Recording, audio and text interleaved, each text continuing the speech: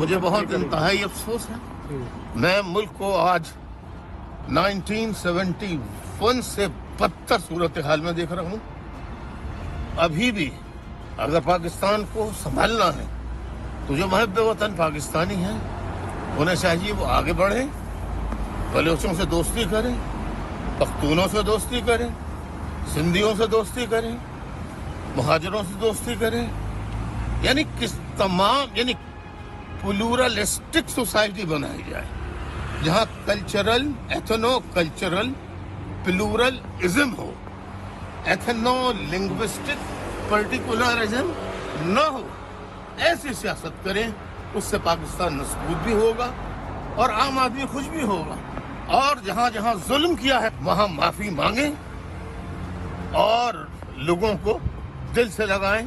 اس میں بے عزتی کی بات نہیں ہے، کیونکہ انسان کی ذات چلی جائے گی. ملک قائم رہنے کے لیے بنتے ہیں. اگر انہیں وطن عزیز ہے تو وطن کی خاطر وہ ان لوگوں سے جن پر مظالم کیے ہیں سب سے معافی مانگیں اور ملک کو. آپ ہاتھ بڑھاتے ہیں فوج کی طرف کے، آپ اگر فوج مجھ سے کہے گی تو میں اپنا کردار ادا کرنے کے لیے تیار ہوں. اس میں آج بھی چاہتا ہوں کہ کس طریقے سے پاکستان سنور جائے.